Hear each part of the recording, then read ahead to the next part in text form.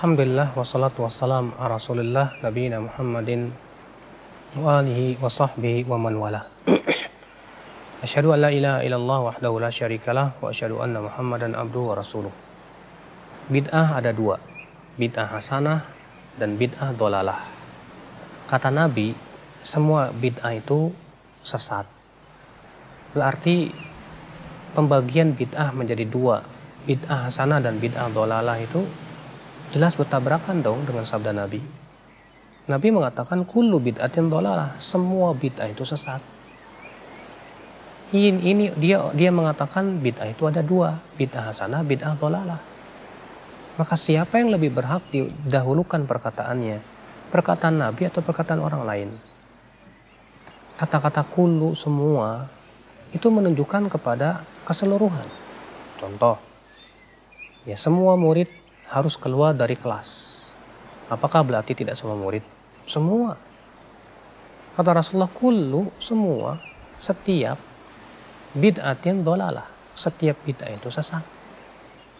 Tapi kan kata Imam Syafi'i, bid'ah itu ada dua macam. Kata Imam Syafi'i, al bid'atu bid'atan. Bid'ah itu ada dua, bid'atun mahmudatun wa bid'atun madmumatun. Bid'ah yang terpuji dan bid'ah yang tercela. Memangnya Anda lebih tahu dari Imam Syafi'i? Saya katakan memangnya Imam Syafi'i lebih tahu dari Rasulullah. Perkataan siapapun kalau bertabrakan dengan sabda Rasulullah ya tentu ya harus didahulukan sabda Rasulullah. Dan di sini juga kita harus memahami perkataan Imam Syafi'i secara benar. Al-Hafidz Ibnu Rajab di dalam kitab beliau Jami'ul Ulum wal Hikam, beliau mengatakan bahwa semua perkataan salaf yang membagi bid'ah itu hakikatnya adalah secara bahasa saja, bukan secara istilah. Coba kita lihat prakteknya Imam Syafi'i deh. Sesuai nggak dengan prakteknya yang dilakukan oleh sebagian orang di zaman sekarang yang mengatakan akan adanya bid'ah hasanah dan bid'ah dolalah karena berdasarkan perkataan Imam Syafi'i. Coba kita lihat prakteknya. Imam Syafi'i mengatakan bahwa yang namanya maktam, ya, kumpul-kumpul di keluar kematian, makan-makan di situ termasuk bid'ah yang sesat. Tapi di zaman sekarang disebut sebagai bid'ah hasanah. Imam Syafi'i mengatakan bahwa beribadah dengan cara ya yang dilakukan oleh sebagian kalangan tasawuf seperti dengan nyanyi-nyanyi, diselingi dengan musik dan goyang-goyang kepala, itu termasuk bid'ah yang tercela. Tapi di zaman sekarang dianggap sebagai bid'ah hasanah. Ternyata dalam prakteknya jauh berbeda. Jadi sebetulnya apa yang diinginkan Imam Syafi'i daripada perkataan bid'ah hasanah dan bid'ah yang terpuji itu? Maka Imam Syafi'i kan pernah memberikan definisi. Kata beliau, bid'ah yang bertabrakan dengan Al-Quran atau sunnah atau athar sahabat, maka itu bid'ah yang tercela. Apa maksudnya bertabrakan, menyelisihi? Artinya ya tidak dilakukan Rasulullah, tidak pula oleh para sahabatnya. Sebuah contoh, sebuah praktek ya, Imam Nawawi rahimahullah, salah satu pentolan madhab Syafi'i, ketika beliau pernah ditanya tentang sholat raghaib dan sholat nisfu Sya'ban. Beliau menjawab, alhamdulillah, segala puji bagi Allah, fa inna hataini sholatain, sesungguhnya dua sholat ini tidak ditunjukkan oleh satupun hadis yang sahih, tidak pula diamalkan oleh para sahabat. Fahuma bid'atani madmumatan, maka kedua sholat ini termasuk bid'ah yang tercela. Ya, lihat Imam Nawawi, imamnya madhab Syafi'i loh. Ya, sangat terkenal dalam madhab Syafi'i. Siapa yang nggak kenal dengan Imam Nawawi rahimahullah? Ternyata beliau mengatakan bahwa dua sholat ini, yaitu sholat nisfu Sya'ban dan sholat raghaib, tidak ditunjukkan oleh hadis yang sahih, tidak pula diamalkan oleh para salafus saleh. Apa hasilnya? Kata Imam Syafi'i, kata Imam Nawawi, maka itu bid'ah yang tercela. Tapi di zaman sekarang dianggap bid'ah hasanah, tidak? Iya. Jadi kok prakteknya berbeda? Aneh. Iya. Maka di sini kita harus pahami, akhi, bahwa bid'ah yang dimaksud oleh Imam Syafi'i, bid'ah yang terpuji itu adalah secara bahasa yang kemudian dikenal di dalam ilmu usul fikih dengan istilah maslahat mursalah. Ya, seperti misalnya contoh, penulisan mushaf Al-Quran. Nggak ada di zaman Nabi, nggak ada, betul. Ya. Tapi ternyata para sahabat bersepakat untuk membolehkan. Apakah itu bid'ah? Kita katakan secara bahasa iya, tapi secara istilah tidak. Ingat, ada sebuah kaidah yang harus kita pahami. Bahwa sesuatu yang tidak dilakukan oleh Nabi SAW itu tidak lepas dari 3 keadaan. Yang pertama, Nabi tidak melakukan karena belum ada pendorongnya. Contoh, di zaman Nabi nggak ada yang namanya ilmu usul fikih, ilmu hadis. Kenapa? Karena di zaman itu belum dibutuhkan, belum ada pendorongnya. Para sahabat semua para ahli bahasa, paham mana umum, mana khusus, mana mutlak, mana muqayyad.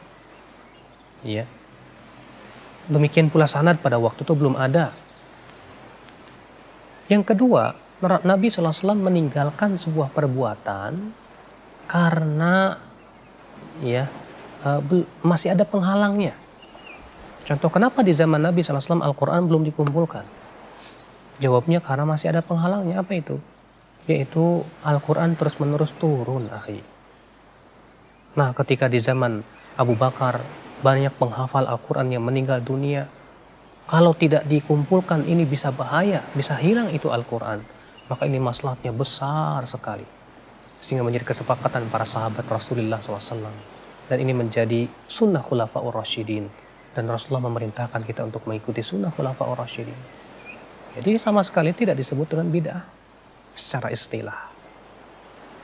Keadaan yang ketiga, Rasulullah SAW meninggalkan suatu perbuatan padahal pendorongnya ada, penghalangnya tidak ada.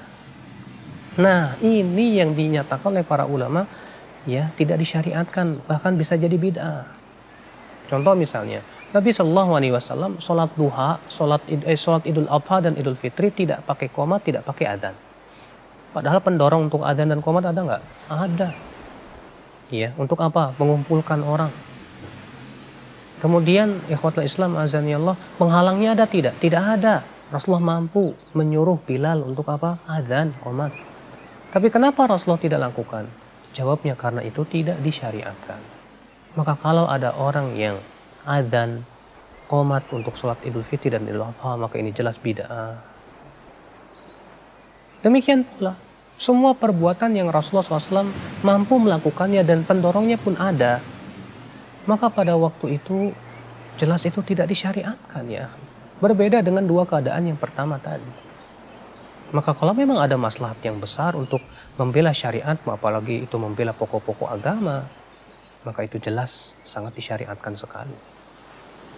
Maka disinilah pahami apa yang dimaksud dengan bid'ah, yang terpuji menurut Imam Syafi'i rahimahullah. Kenapa Umar mengatakan nikmatil bid'atu hadi, sebaik-baiknya bid'ah itu ini, yaitu sholat taraweh. Kata Al-Hafidz Ibnu Rajab, itu bid'ah secara bahasa, bukan secara istilah.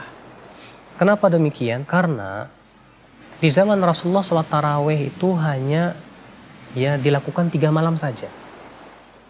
Kemudian Rasulullah tinggalkan karena masih ada penghalangnya. Apa itu? Karena takut diwajibkan atas umatnya. Sedangkan sudah kita katakan tadi bahwa Rasulullah meninggalkan sesuatu karena masih ada penghalangnya. Ketika penghalang itu tidak ada dan maslahatnya besar, boleh. Itu tidak termasuk bid'ah.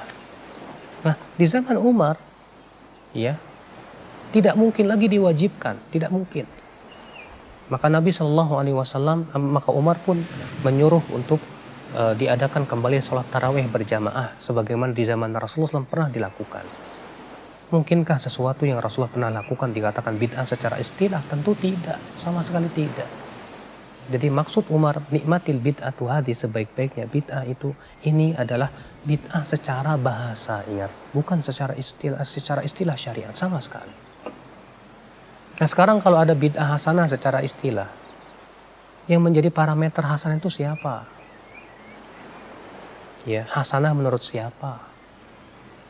Kalau ada orang berkata, ini kan bid'ah hasanah, bid'ah yang baik, kita katakan maaf. Baik menurut siapa, ya akhi? Menurut Anda siapa? Anda bukan pembuat syariat. Baik menurut kiai bukan pembuat syariat. Agama ini milik Allah. Agama ini bukan milik kiai, bukan milik ulama, bukan. Agama ini milik Allah, ya akhi. Maka kalau yang kita pandang baik, belum tentu loh baik di sisi Allah. Bukankah Allah Ta'ala berfirman ya dalam surat Al-Baqarah itu, wa asa an takrahu syai'an wa huwa khairul lakum, bisa jadi kamu tidak menyukai sesuatu ternyata itu baik buat kamu. Wa asa an tuhibbu syai'a, dan bisa jadi kamu menyukai sesuatu ternyata itu tidak baik buat kamu. Wallahu ya'lamu wa antum la ta'lamun. Allah yang tahu, kamu tidak tahu, makanya jangan sok tahu. Makanya ya akhi, agama ini milik Allah. Maka kita latih memandang baik itu yang menurut Allah dan Rasulnya baik. Kalau itu baik menurut Allah dan Rasulnya pasti sudah dijelaskan dalam Al-Quran, dalam hadis Nabi SAW. Bukankah Rasulullah sudah menyatakan bahwa semua kebaikan sudah dijelaskan? Ya, beliau mengatakan, ma baqiya syai'un yuqarribukum ilal jannah wa yubaidukum minan nar illa waqad buyyina lakum. Tidak tersisa lagi ya semua yang bisa mendekatkan ke surga dan menjauhkan dari api neraka kecuali sudah dijelaskan semuanya. Sudah dijelaskan, akhi. Agama kita sudah sempurna. Buat apa ditambah-tambah lagi? Ya, apakah Anda meragukan Rasulullah SAW itu telah menyampaikan agama secara sempurna? Maka orang yang membuat-buat suatu ibadah yang tidak pernah disyariatkan oleh Rasulullah, sama saja dia mengatakan Rasulullah belum menyampaikan yang ini, tapi saya tahu. Berarti sama saja dia menuduh Rasulullah SAW mengkhianati risalah. Makanya kata Imam Malik apa? Man ibtada'a fid dini bid'atan, siapa yang membuat satu bid'ah saja dalam agama ini, faqad za'ama anna Muhammadan khana risalah, berarti dia sudah menuduh Rasulullah SAW mengkhianati risalah. Wadzalika li anna Allah azza wa jalla yaqul, karena Allah berfirman, al-yauma akmaltu lakum dinakum, pada hari ini aku telah sempurnakan agamamu. Fama lam yakun yauma idzin dina, maka yang pada hari itu tidak termasuk agama, lam yakunil yauma dina, maka pada hari ini pun tidak termasuk agama. Jadi ini ya akhi, bahwa Rasulullah mengatakan semua bid'ah sesat. Ya, adapun pembagian bid'ah menjadi terpuji dan tercela menurut Imam itu hanya sebatas dari sisi bahasa, bukan secara istilah syariat. Ya, karena perkataan siapapun tidak boleh melawan perkataan Rasulullah sallallahu alaihi wasallam. Subhanallah bihamdik, asyhadu an la ilaha illa anta astaghfiruka wa atubu ilaik. Wassalamualaikum warahmatullahi wabarakatuh.